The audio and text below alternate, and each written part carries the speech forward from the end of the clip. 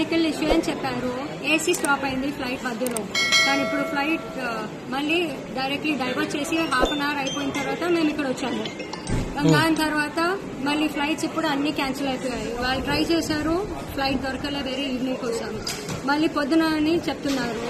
నేను ముందు వెళ్లి టికెట్ తీసుకున్నా, దాని లోపల చాలా మంది ఉన్నారు, వాళ్ళకి ఫ్లైట్ ఇంకా బుక్ అవ్వలేదు.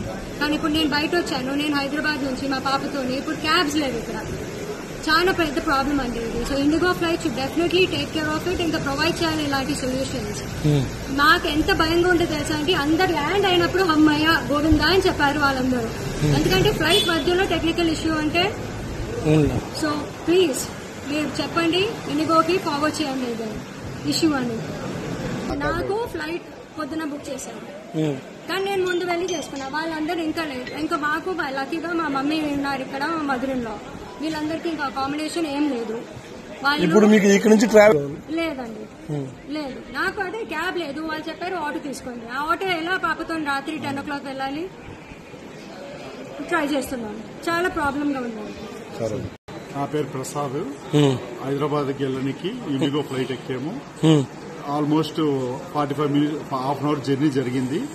జర్నీ తర్వాత ఏసీ పని చేయట్లేదని రిటర్న్ తీసుకొచ్చి తిరుపతిలో వదిలేశారు. రేపటికి టికెట్ పోస్ట్ పోన్ ఇస్తా అంటున్నారు. ఇచ్చారు. ఏమి ఈయన కుదరదు అంటున్నారు. ఏం ఎక్కడైనా ఉండండి మీ ఇష్టం అంటున్నారు. రేపు ఫ్లైట్కి అయితే ఇచ్చారు, బోర్డింగ్ పాస్ ఇచ్చారు. నాకు 1 o'clock ఇచ్చారు, మార్నింగ్ 8 o'clock కూడా లేవంటున్నారు. ఇప్పుడు ఏమి ఇయ్యలేదు, ఇయ్యరంట.